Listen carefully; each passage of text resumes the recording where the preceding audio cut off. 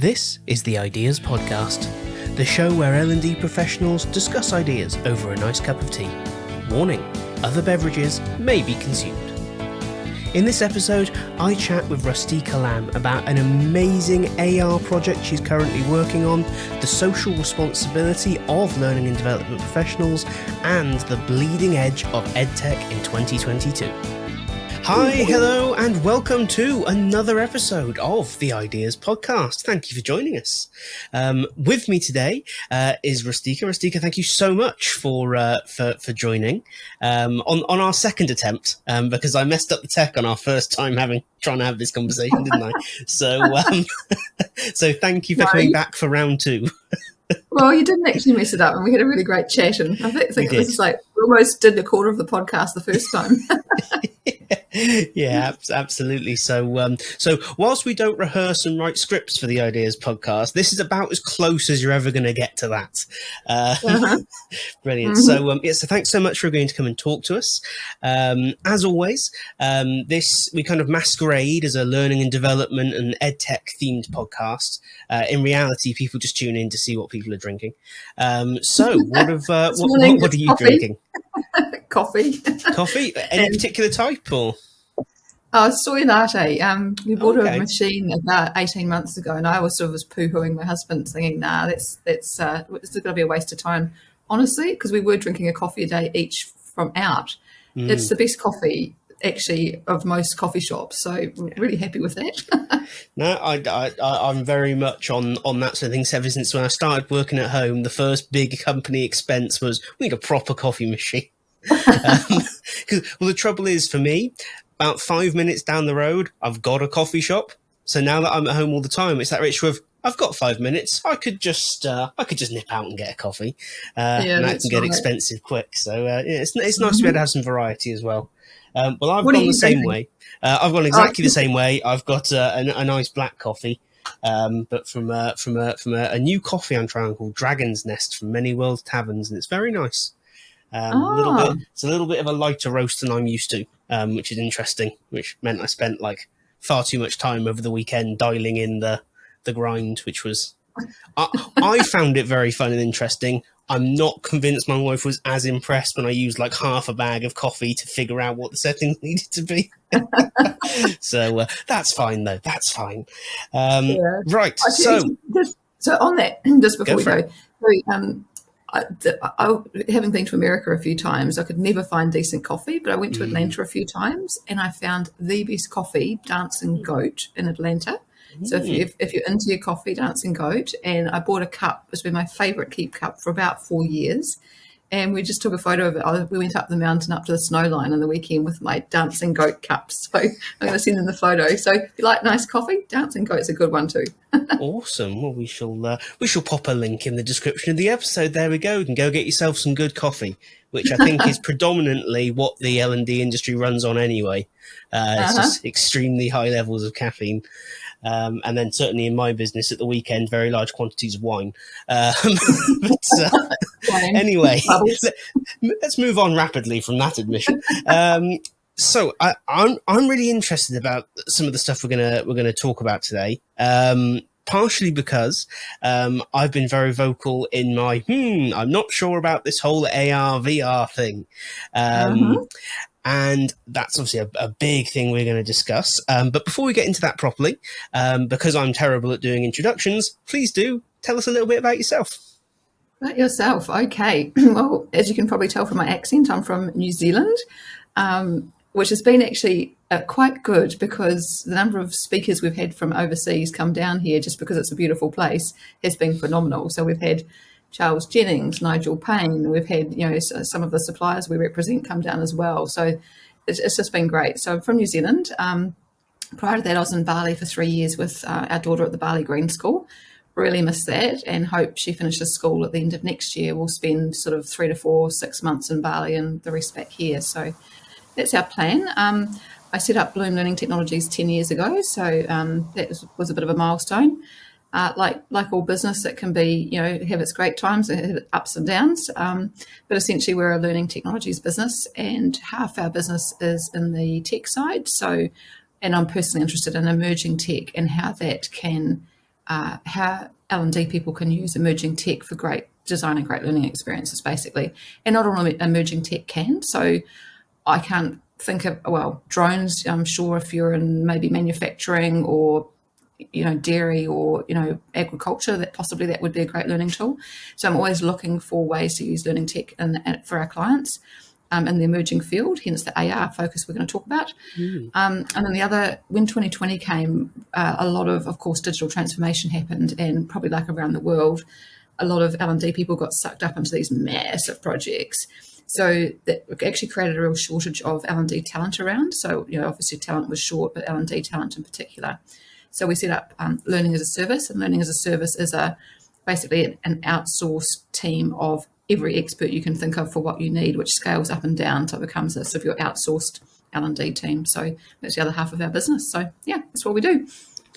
Awesome. That sounds really interesting. So I think we've got a lot of the tech side to talk about. But before we dive into that, I'm really interested about the outsourcing L&D thing, because I think it's a really interesting thing that I think a lot of organizations would never have considered not long ago.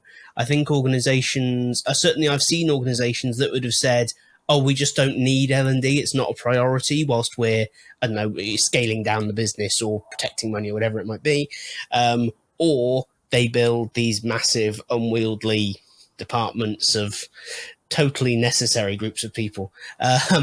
So what kind of clients, I don't know if you can't discuss this specifically, are you seeing in that kind of willing to outsource their L&D or interested in outsourcing? Or is it just like a complete mix and there's no kind of specific type of organization? It's a bit of a mix, to be honest. It really comes down to the mindset of the people. Generally, the organisation will believe in learning as an enabler for a business, but they won't necessarily have the headcount. They might be on a headcount freeze.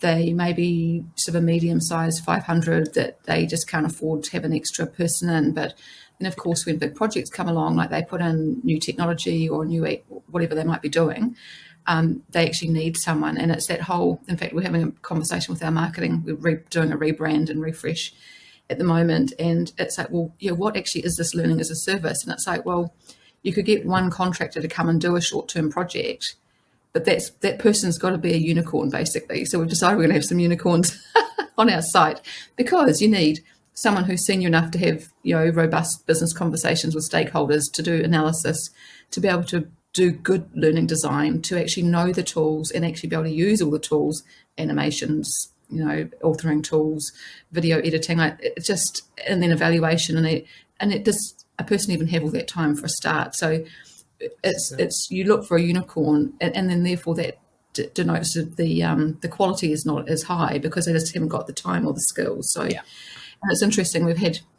clients, with us for 2 or 3 years, and we've had 2 now for long term who've now gone, oh, we could actually do that ourselves. So we just, from a product point of view or service point of view, we'll lose the business, which is should be our goal, is to make them self-sufficient, and that is our goal. But it'll be interesting if they come back, because we've set a sort of expectation of quality from a large team, but also it's project managed, so they don't need to even manage the team.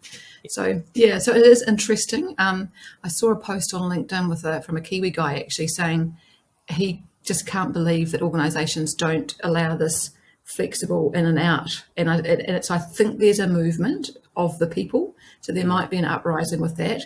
We've had a lot of people come to us, L&D people in full-time jobs. What did they say? I was getting to the point where I'm thinking, did someone write an article that everyone's written? They wanted a side hustle. So you've got full-time people wanting a side hustle. I'm like, why do these people want a side hustle? And that's quite a particular word, right? That's quite American. We don't use that terminology in New Zealand. So so I think there's definitely, and there's a whole remote, hybrid, flexible, people are a bit more, it's almost like work's grown up, if you know what I mean.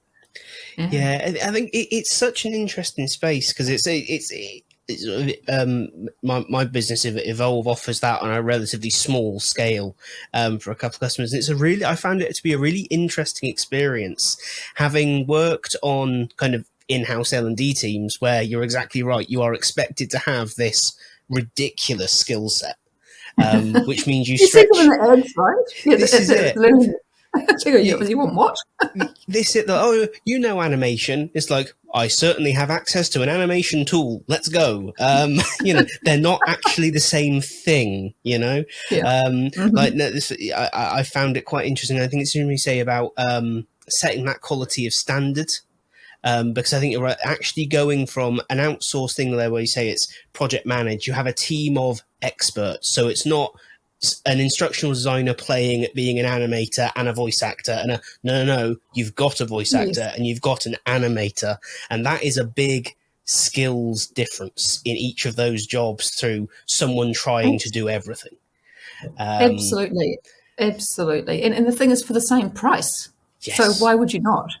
Yes, I think it's very expensive to scale in-house to achieve that same thing. But I like what you said about the goal being effectively to empower them to do that in the long term. So I've spoken about this before on this show. I feel like as vendors and as suppliers, part of our role should be not making our clients dependent on us. I always feel like in the past, some maybe have taken that approach, and I feel like it is a bit of a sort of manipulation is the right word, but to make a business have to come back to you in future kind of indicates that you don't think they'll want to come back to you, which is worrying in of itself, right? Don't get me started. Like, we have one quite major supplier, like, no, it's a supplier, won't give clients the source files. Oh, see, that's just, yeah. It's like 2022, right? Yeah, that's. There's a lot of things in the learning space where you want to scream, "It's 2022, come on!" But that really is. I mean, that's wrong. At that point, you're almost going, "Come on, it's the 1990s. Hand the source files over. They don't belong to you."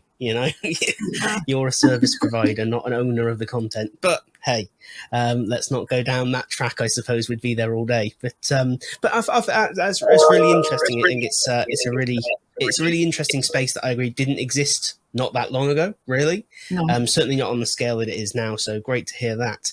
But learning tech and specifically the cutting edge stuff. So this is where, I quite often get comments that I'm anti-tech, and I'm really not. I love technology. I'm just very. You look like a gamer. Well, yeah, this is it. I'm just always very hesitant with clients to go, yeah, let's use the new shiny thing when I can't see a real need or a benefit of using it. And when we were chatting before initially, I kind of said, this is what makes me nervous, a little bit nervous around kind of the AR VR space. AR less so. VR, I remain very kind of, I'm really not certain. But you've been working on, obviously, all the tech, but a really interesting, specifically AR project that you were telling me about. Mm-hmm. Could you tell us a little bit about that project to kick us off? Absolutely. So I went to a HR tech conference this year in New Zealand and was quite blown away about the lack of technology that the speakers were talking about. In fact, yeah, it was, and I just went, oh my goodness. And because I just finished my Masters of Future Technologies, I knew, all the, what was out there in the world and all the research we had to do around that. So I thought to myself, I need a story worth telling, and I'm going on the speaking circuit next year. So so that was sort of one part of it. So I need a story worth telling, and I'd always wanted to do a tech project that could actually be relevant back to corporate, but I didn't want to train myself or try it out on a client and have it may or may not work. So have also had a very big internal drive to make a difference, and always got stuck with doing corporate work or consulting, etc. So. And I've always had a strong interest in refugee and the refugee crisis and what's been happening. So I'd read a lot of books and still do, and watch movies and stuff. I'm reading one amazing one at the moment about a people smuggler. So I thought, well, refugee camps are barren. And one of the camps I read about when I was studying was a camp called Camp Atir, just outside of Jordan. Now but Syrian refugees started going in there in 2015. They had 70,000 people. There's now 100,000 people. And what bothers me, like just the other day, I was looking for more research on that camp. They're now saying this is not a camp, this is their home. And there's now 100,000 there. And we've now got second generation being born and growing up there.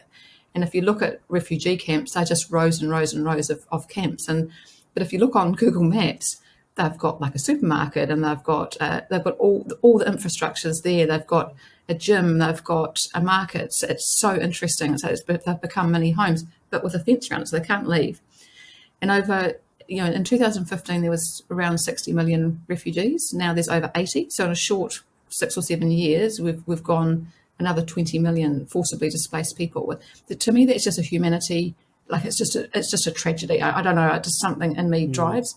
I do have a joke though. I have come from, and when I was doing my ancestry research personally, I've come from gypsies. So, and the gypsies that got forced out of India, they actually went across Syria, Iraq, Iran, into the top of France and Sweden, and then into England. So whether it's that genetic imprint and memory, don't know. But over half these, to the point that over half these children don't have education, and they're not getting educated. So, and I just think in such a barren environment, why not create something that can bring them some happiness and joy and ultimately some hope? So I just started thinking, well, what could I do in tech? And then I thought, well, Pokemon Go was a pretty cool, fun thing to do. You run around, get them out active, finding stuff, treasure hunt. And I thought, actually, we could teach them English and using a Pokemon Go style mobile game. So then I went on to Kindle and I looked at some books, and I thought, well, how do you, I don't know, I'm a corporate, facilitator, teacher, trainer, designer. How do you teach children to read? And there's heaps of books. Here's the 20 steps, and it's really step by step. So I chose one book, and it was for parents teaching their children English. And it was really prescriptive. Do this, then that. It's so prescriptive, like just so it can easily go into a sequence for a game. So that's sort of basically what I did. And then I started looking for developers and looking online, and have sort of built a team, an emerging team around that. So, yeah. And so that's sort of the idea. And then to raise awareness of it, I'll be walking from Auckland to Wellington, which is a 700 metre walk in April. So to raise awareness, but also to collect refurbishable smartphones so we can give those away as well. And the reason for that is when you see these people walking, and if you've watched enough movies, you'll start to see, they've had 2 hours. They may or may not have their papers or their passports. They've got trolley bags. They've got one pair of shoes. They've been walking for 60 days carrying their 2-year-old. So it's the least I can do is to walk 20 kilometres and sleep in a caravan each night and do some presentations along the way to raise awareness. So yeah, that's the long story behind going to an HR Tech conference. No, I think it's fascinating because it's an interesting comment on conferences. Just to go right back to the start of the thing, that you've got a HR Tech conference and you're leaving it thinking, they're not talking about very modern tech, which I think is an interesting industry discussion point. Well, they were talking a lot about culture and hybrid working. And I thought, well, that's not really technology. Yes, technology enables that, but where's the interesting tech? I think there might have been 1 or 2 speakers speaking on it. So, yeah, I find I kind of have the same experience, that when you go to these things, there's a lot of talk, as you say, around culture and hybrid working and communication and all these things, and they'll go, and the technology is what is going to support us in this. Is like, great, can we have that conversation? Because that's the bit we didn't know about when we turned up. I knew that it was really important. I was kind of hoping you would go to that bit around, and here's how to do da-da-da-da. So that's really interesting. I think Hula does that really well. So Nikki Hoyland from Hula, she talks a lot about hybrid and culture and that, but Hula is an amazing tool. So, I think that sort of, speakers, they're the sort of speakers we want to hear from. How does this actually relate to this whole culture hybrid, but what's the tech? Yeah. It's interesting. That's exactly why I started doing stuff like this, is to get people who are actually doing things to go and come and talk about what you've done or what you're doing, and specifically how, as opposed to just that high level kind of, we did this and the culture's amazing now. It's like, it's that next level. It's the people that do that. I think it's so interesting to hear from. But I think the flip side of that is finding that very human thread that I think is sometimes it's weirdly forgotten in the HR L&D space. It's very easy to just go, the learners, the users, the technology, and you kind of forget that, yes, in the workplace there's this human thread, but in the broader kind of learning world, there's this very human thread where learning is so central to getting anywhere. Yes, different levels of learning, granted. But I think often, certainly in the corporate space, we overlook things like language learning as, oh, it's not part of what we need to deal with. But as you point out, we've got an increase of 20 million refugees in a relatively short period of time. I suspect some of them at some point will want jobs somewhere. Correct. So I think language learning is probably going to become a very large part of our jobs in the future, and basic technology training. So kind of zooming in on the specific project, though, because I'm really keen to dive into it. Where did you start in terms of, you decided, you want, like, the Pokemon Go idea, you wanted to do English? I mean, not that's about as far as I would get, and then go, well, I've got no idea how to do that. So next idea. So for you, what was the next step there? Teach myself. So I am a bit of a lifelong learner. So I basically went online, went onto Coursera, found a game design course. And Coursera is brilliant because it's got the peer review. So you actually upload your work, and you have to pass, actually rate and review 3 other people's work, which is just brilliant. I love that part of it. But yeah, so I did a game design course, and that gave me the understanding of game design, not necessarily the tech side. But then as a business, we've often used Upwork as a freelance, pool of freelancers for, like, our executive assistants are from Upwork. We've had all sorts of people over the years from there. So I knew I could find, someone good to be able to talk to about that. So I did the game design, and then the first thing I had to do was, because within augmented reality, obviously need the characters to be able to, 3D characters, and they need to be able to move. So I needed to find a 3D modeler. So I found that person on Upwork. She's brilliant.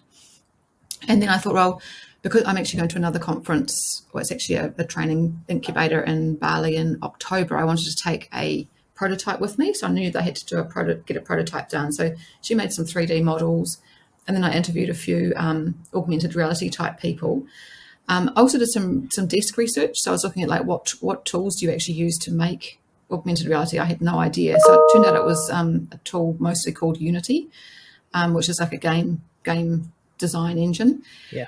But then I came across this, and this is interesting with tech and emerging tech. So I came across this video from Niantic, which actually made Pokemon Go in the first place.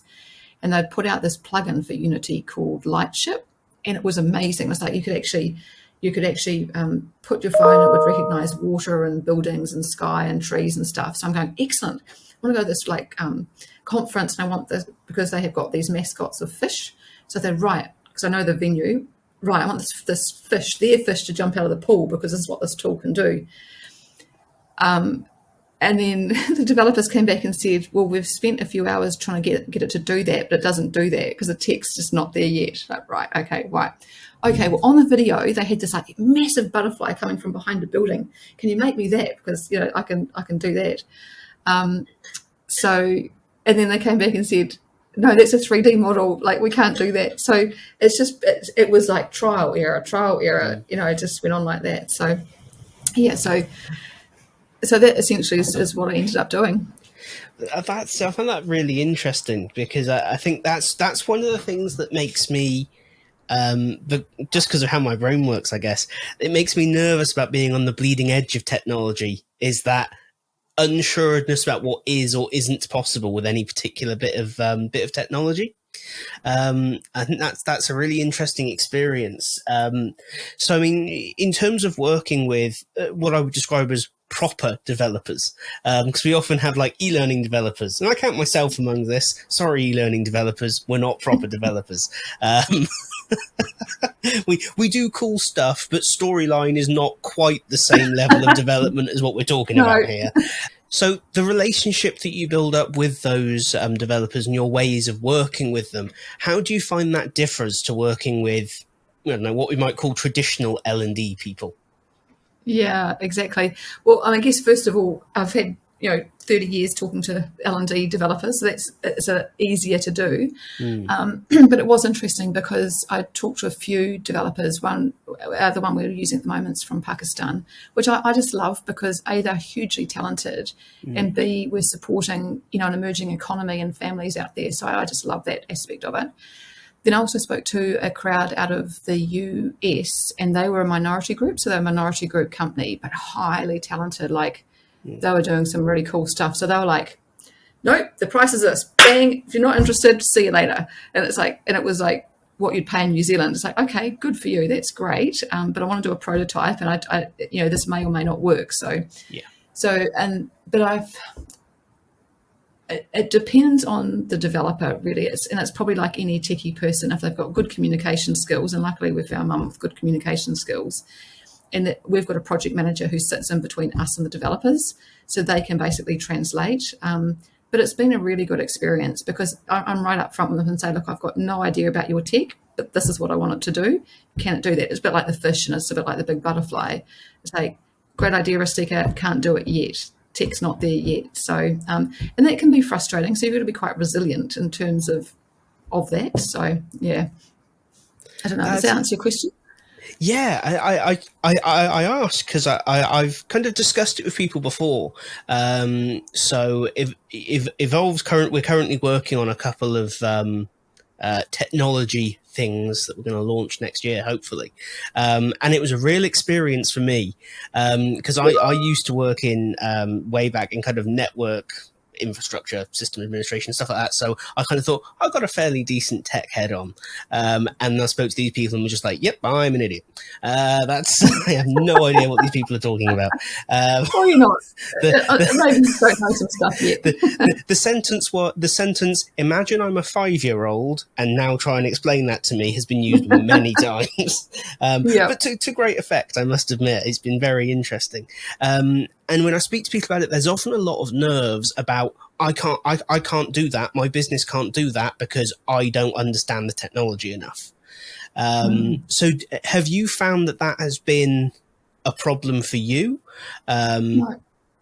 But I think that is a pure mindset thing, because people say to me, how do you get so much done? It's like, well, and how do you know all these people? Well, you just reach out to them. Like one of the organisations I've just reached out to recently, Humanity Crew, they were right in 2015, right there when those boats came in off Syria into Lesbos. They're all about mental health for refugees, and in particular refugee children. So I just reached out and I said, hey, I see on your website you're looking for innovative ideas. I've got this game. Had a talk. He goes, love this.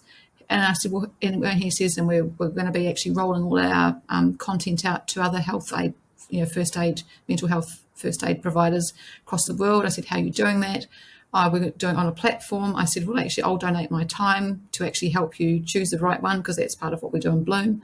We help people of the myriad of 800 plus, 1,000 plus. How do you select the right one? I'll donate my time. He said, you need to talk to our CEO.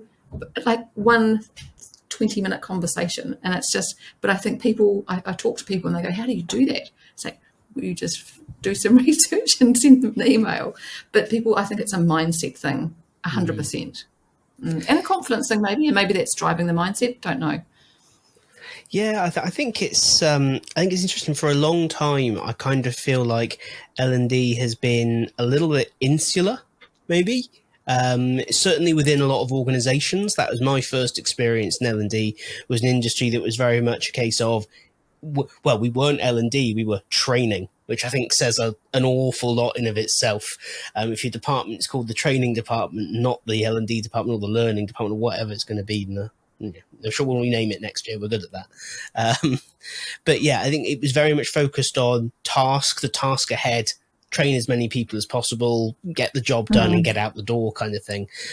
Whereas I think a lot of these organizations now are expecting more. And I think that's where sometimes my apparent mistrust of these technologies comes in, is when, because these companies are expecting more from these teams, the teams are perhaps being sort of led down the path of grab the latest, newest, shiny thing and implement it, because then the team will look like it's cutting edge, like it's a world-class team. So obviously you're using AR with a brilliant project that, sounds like it's going to have a real big impact. I'm sure it will. So how do you spot the maybe there's nothing wrong with the technology, but how do you spot those situations where the technology isn't the right solution, or it's the wrong technology for the solution? Because of course, I'd always be looking at what's the business impact or organisational impact we're making, and what's the most engaging way to do that. Yeah, that we're going to get the biggest learning outcome to make the biggest impact. We've just rejigged we actually completely rewrote our vision as part of this marketing we've been doing, which is actually to help. We're going to actually amplify organisations' ability to make an impact. So if that's our vision, that we are here to amplify the impact you make, you think about that in terms of learning. Well, we actually need to amplify the impact your business is making. How do we do that? So that can be through people, processes, tools, training, resources, courses, development, secondments. There's so many ways. So how do I spot it? It just has to fit the brief, for example. So if I'm just thinking, for example, I went to a UK event quite a few years ago now, and it was a VR. They had a VR headset, and it was how do you use the fire extinguisher. Now, if you couldn't get the thing off the fire extinguisher quick enough, this fire was actually coming around, but it was crackling, and you could actually see it out the corner of your eye. Like, my heart rate was physically going quick, the fire's coming. Like, that's in a virtual reality environment. So that if you really, really want to train people to do that, engage their physiology, that tech probably is. Another one I saw was, have a performance conversation. Would you spend that much money on a performance conversation? It's not a life or death type scenario. So yeah, it is a tricky one, because I think there is absolutely times when you would use it, and then times which maybe the cost is just not worth it. Yeah, I think that's interesting. Sort of the kind of approach you described, I guess, kind of prevents you ever ending up in the position where you have to spot tech being used in the wrong thing, because you should never get to that point, I suppose. If that focus is on... I suppose if you maintain that question of where's it adding value, where's it, increasing the impact, it kind of becomes an easy question to answer, as long as you know both sides of it. I suppose you have to know what the tech's roughly capable of to be able to make that suggestion. So it's one of those easy to answer, so long as you have significant experience and understanding that you've built up over many years. It's always an interesting one.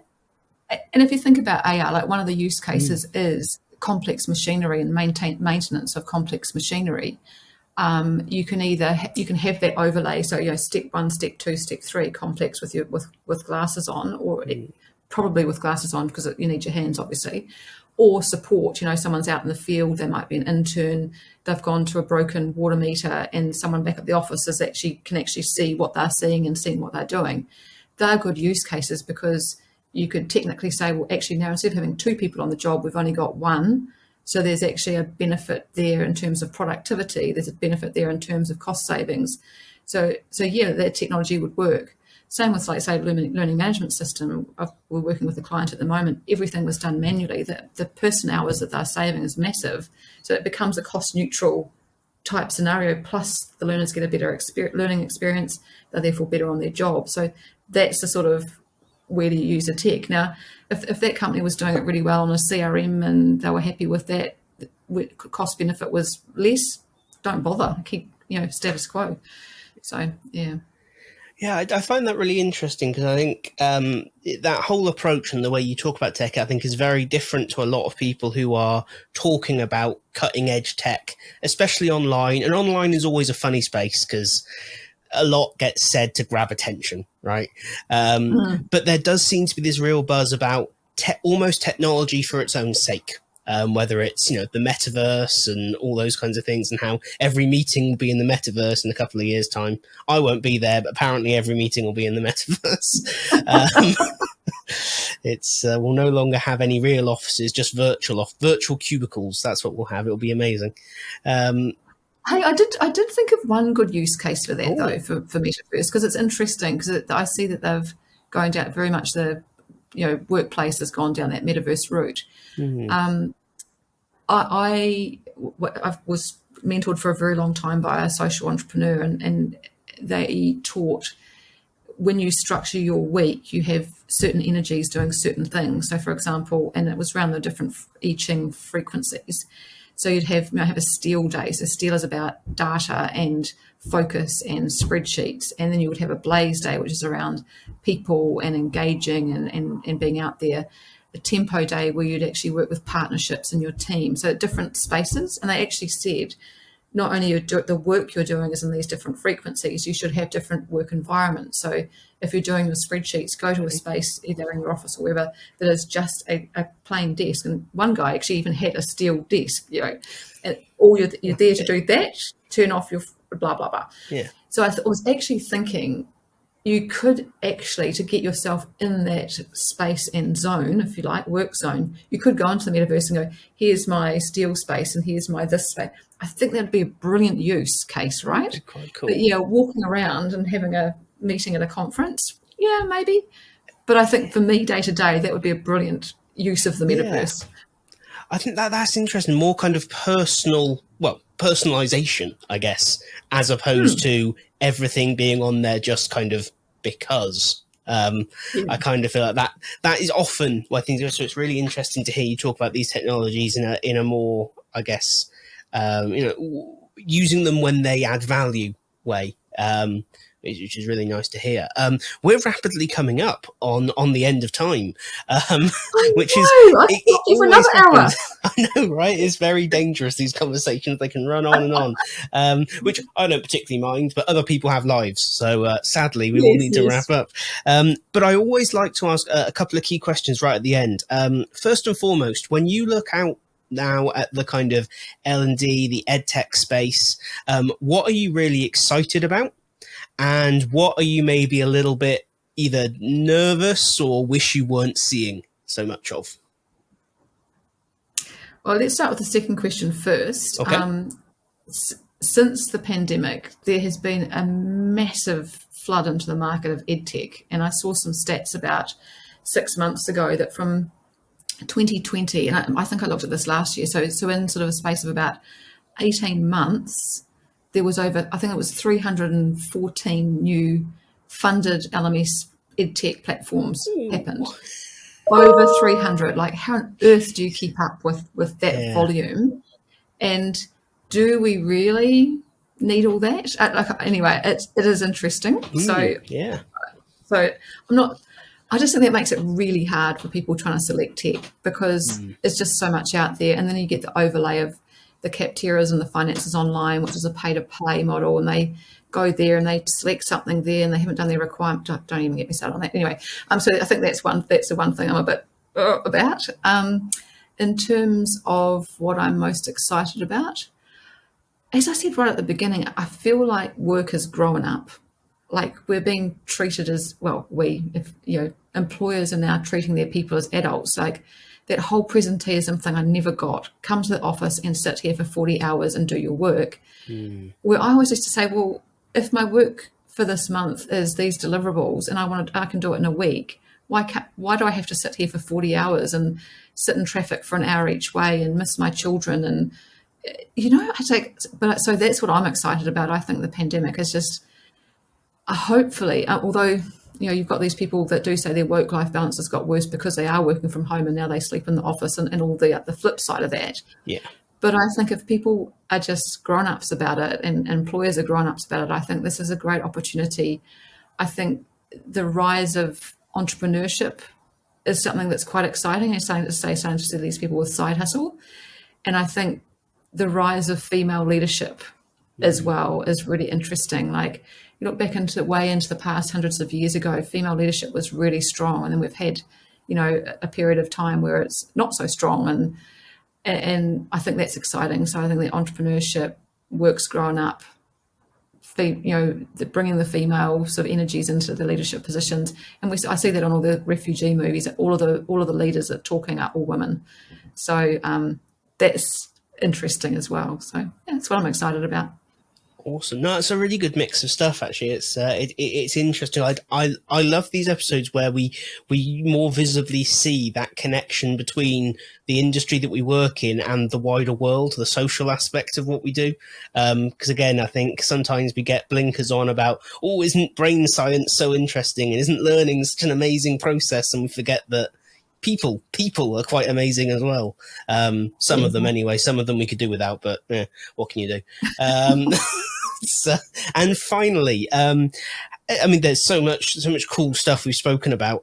Where can people, if they've got questions or want to get in touch with you, where can they find you online? And if they want to support what you're doing with the AR project, I mean, what can they do to support you and help make that a success? Oh, that's lovely. Thank you. I guess before I would share that, would just say, I guess one call to action for everybody who is listening, which is to really think about how you can use your talents and skills to make a difference. I think that's so important. And I think the other thing is actually really being quiet and listening to what your soul is saying. And what is it that through your whole life has been that thread? We talk about that thread to actually use those talents and skills. So you've been given them for a reason. And how can you make a difference? I've been asking myself this question for like 10, 15 years, and I just never found a way to do that. And it used to frustrate the hell out of me. And my girlfriend used to say to me, what is with that with you? It's just in you and it's driving you, but it's like, how can you make a difference? So I'd love it if people had that sort of same vision and did want to support. Best ways on LinkedIn. Love that. That's the best way to catch me. In terms of the project, there will be a website coming, etc. But I am just posting about that on LinkedIn. If people want to stay in contact, I have got a list of people that once that comes live, I'll let them know that the website's live.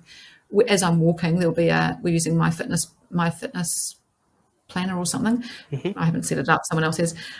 They can actually track me live walking, and there'll be a Give a Little page as well, because the walk will actually allow 3,000 refugees to gain access to the app. So that's through sponsorship. So it's going to be a very cool thing. Amazing. Well, best of luck with that whole project. We will definitely be keeping a very close eye on it. At some point in the future, we'd love to hear how it's gone and obviously how successful it's been, but also any challenges that crop up, because we all know there will be some, right? That's what makes these things so much fun to do. I'll be video vlogging it. Maybe we have amazing. Maybe I'll walk and talk to you at the same time. There we go. Fantastic. Oh, on a good day, not in the rain. No. We'll pick a good day. Amazing. Well, thank you so much for taking the time to come and talk to us. We really, really appreciate it. And thank you to everyone in the audience for joining us for another episode of the podcast. All the links for getting in touch or finding out about more of what we discussed about will be in the description of the episode.